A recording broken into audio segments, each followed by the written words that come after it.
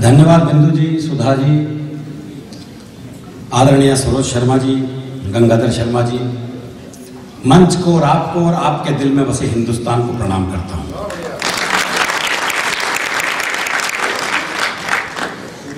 तीन कवि यहां उपस्थित हैं और अभी किताब का विमोचन हुआ है। सुधा जी को एक बार तालियां बजा के आप बधाई दे दें, क्योंकि किसी भी लेखक के लिए पुस्तक बहुत महत्वपूर्ण होती है।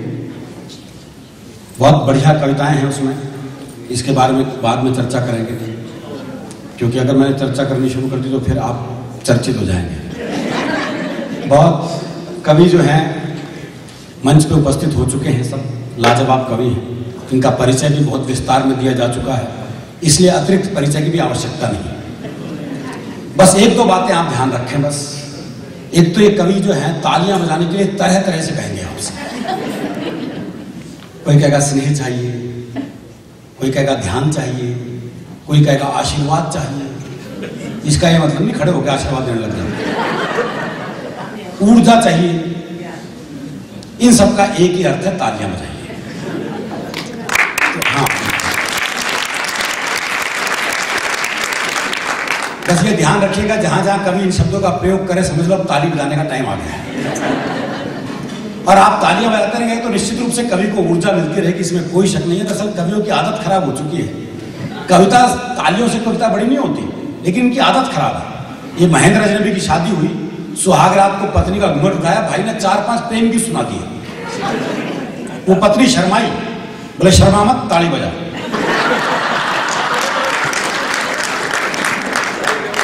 तो उन्हें तो वहां तक तालियां चाहिए जी। अंतर्राष्ट्रीय हिंदी समिति और हिंदी विकास मंडल का एक कार्यक्रम है, बहुत बढ़िया हिंदी बोली जा रही थी यहाँ। मैं हरियाणा का हूं, इसका मतलब हास्य रस का ही हो सकता हूं। हरियाणा का आदमी कोई दूसरी भाषा बोलता है तो उसका भी हरियाणवीकरण कर देता है। वो अंग्रेजी बोलेगा तो ऐसे ही बोलेगा, बोले हाउ डू डू रहे,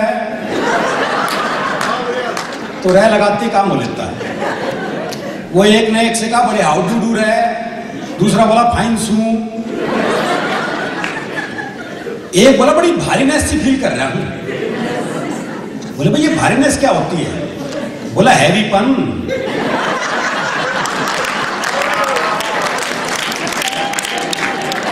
वो एक हरियाणा के आदमी से कहा, बोले अंग्रेजी जानते हो? बोले हाँ। बोले सामने जो खंबे के पास लड़की खड़ी है उसे अंग्रेजी में बुलाओ। वो बोला कम हियर।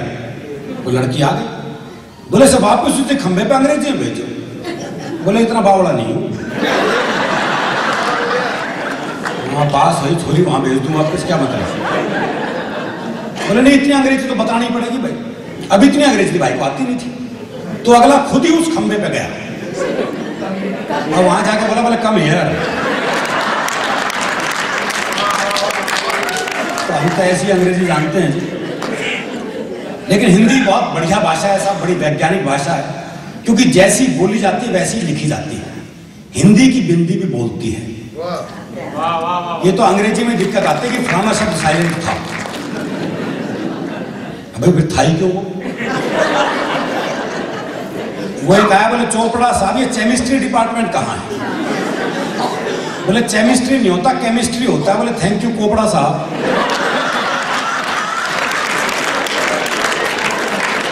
ये दिक्कत अंग्रेजी के साथ। आप सब लोग यहाँ हंसने के लिए इकट्ठे हुए हैं, ये बहुत बड़ी बात है, क्योंकि आप देखते हो कि समाज में रोने के लिए सब इकट्ठे होते हैं। आओ इसने रोले, उसने रोले, समाज को रोले। लेकिन हंसने के लिए इकट्ठे होने वाले बड़े खुशनसीब लोग होते हैं, क्योंकि आदमी बच्चे का जन्म होता है तभी उसे रोना सिखाया जाता है। अगर वो नहीं रोए तो मार मार के रुलाते हैं। बोले दुनिया में आकर रो नहीं रहा, जैसे दुनिया में आकर रोने का ही काम है। लेकिन हंसना मनुष्य का एकाधिकार है, उस एकाधिकार को समाप्त ना होने दें, हंसे खिलखिलाएं। क्योंकि निदा फाजली साहब ने कहा है कि घर से मस्जिद है बहुत दूर, चलो यूं कर लें किसी रोते हुए बच्चे को हंसाया जाए।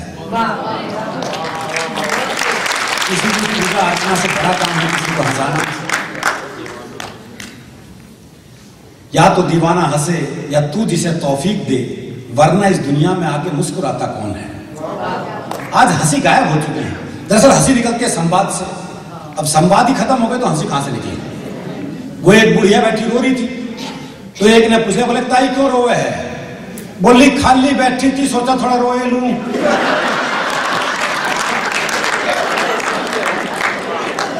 अरे खाली बैठे का काम है जी तो। लेकिन आप भरे पूरे लोग हैं, खाली नहीं है, इसलिए हंसेंगे निश्चित रूप से। आइए पहले कवि को हम आमंत्रित करें। पहले कवि भाई महेंद्र अजनबी हमारे ओपनिंग बैट्समैन हैं, हमारे सचिन तेंदुलकर हैं। शब्द दर शब्द ठहाके लगवाने में महारत हासिल है।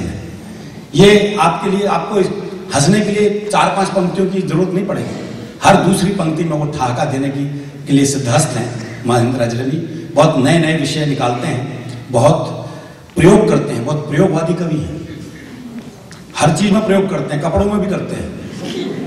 एक दिन मेरे यहाँ आ गए सुबह सुबह सैटरडे को हाफ पैंट में। मैंने कहा यार हाफ पैंट में? बोले आज हाफ डे है ना, Saturday half day, half pant. मैंने कहा भैया संडे को अपने घर पे ही रही हो।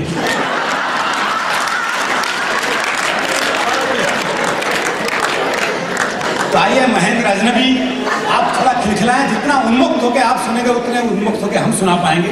जोरदार ताली से स्वागत करें भाई महेंद्र अजनबी।